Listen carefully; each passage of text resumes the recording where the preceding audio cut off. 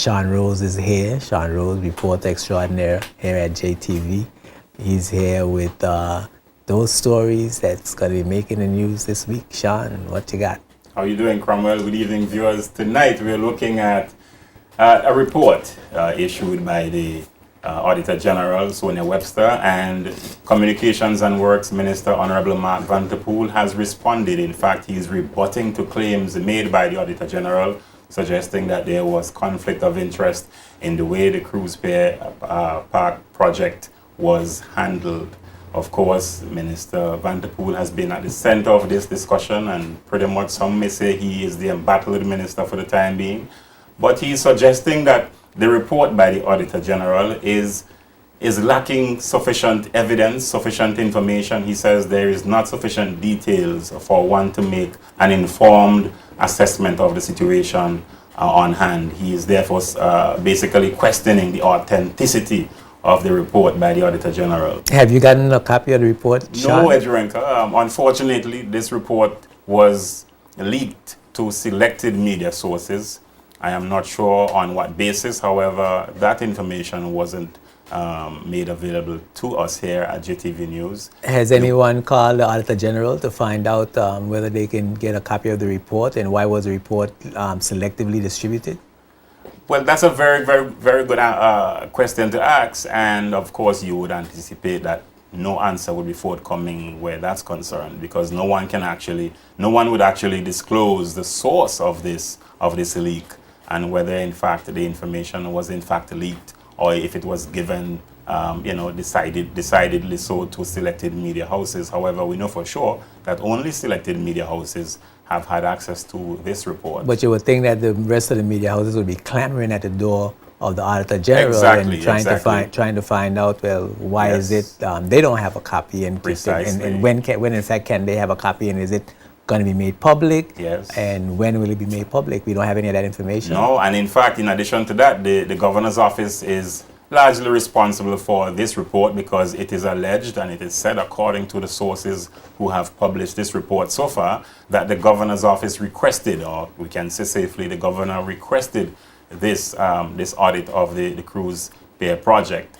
So it is really, a number of answers are really yet to be had with relation to the actual report itself and so basically, and the findings. If you were to form an opinion, you would be forming an opinion based on a report from those media houses who had access to it, and you cannot be sure how accurate their reports are. Precisely, because you want to verify, you want to really assess the veracity of the different comments, the different conclusions that the Auditor General would have arrived at, and you wouldn't necessarily want to rely on one particular source. In fact, the public, for that matter, would have loved to have had an opportunity to hear different sides of the story coming from the various media houses to get a better understanding of the issues at hand. And what is the conflict of interest that the reports on the audit report is referring to? Is the minister getting a job from this development? Is he getting kickbacks from this development? What is the basis for the reports of conflict of interest? Well, if we were to go based on Honorable Van der Poel's response, which was issued via a statement circulated to the media today, he rubbished the claims of conflict of interest made by the Auditor General, and he asked her to retract her allegation in her report with regards to conflict of interest. The minister says that he was not involved in any unfair dealings regarding the project. He said government's approval of the project was never based on the involvement of the BVI Investment Club. He further indicated that he had resigned from the BVI Investment Club approximately 1 month after the 2011 November general elections, and he had since then divested his interest. So basically he's saying that he was not and today is not a member of the BVI Investment Club. Did the Premier say in his statement? Did the Premier say in his statement that the BVI Investment Club, although indicated in a possible partnership, that partnership never materialized, and therefore there was no real partnership between the BVI Investment Club and Tortola Pier?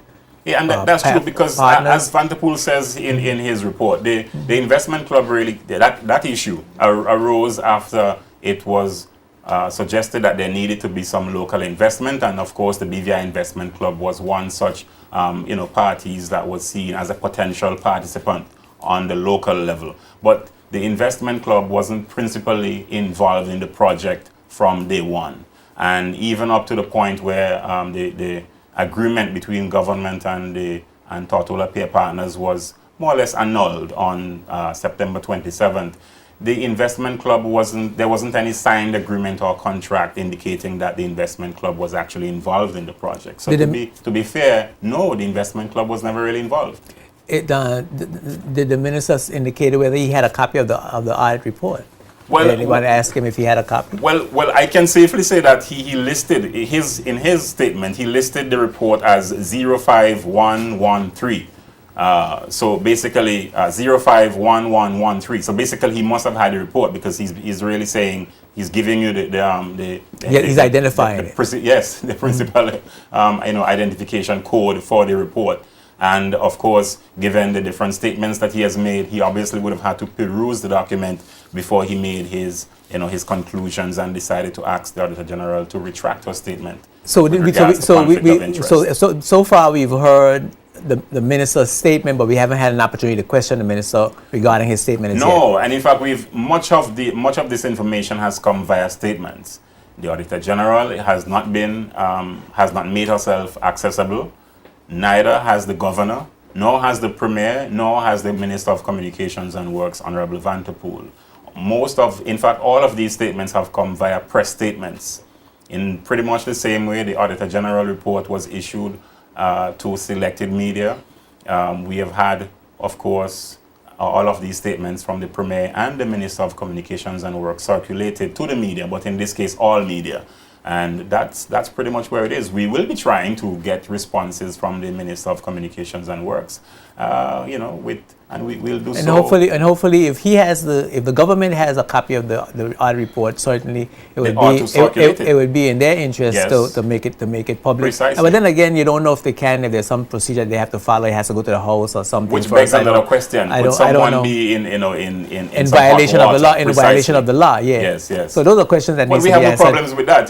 WikiLeaks has set the trend. So send it to us, and we'll extrapolate and assess and let the public know what are the findings. Well, certainly it's a ticklish situation, and we're looking forward to see what develops in the next in the days ahead. Thank you very much for that interesting report there, Sean. We're going to take a break for a word from our sponsors.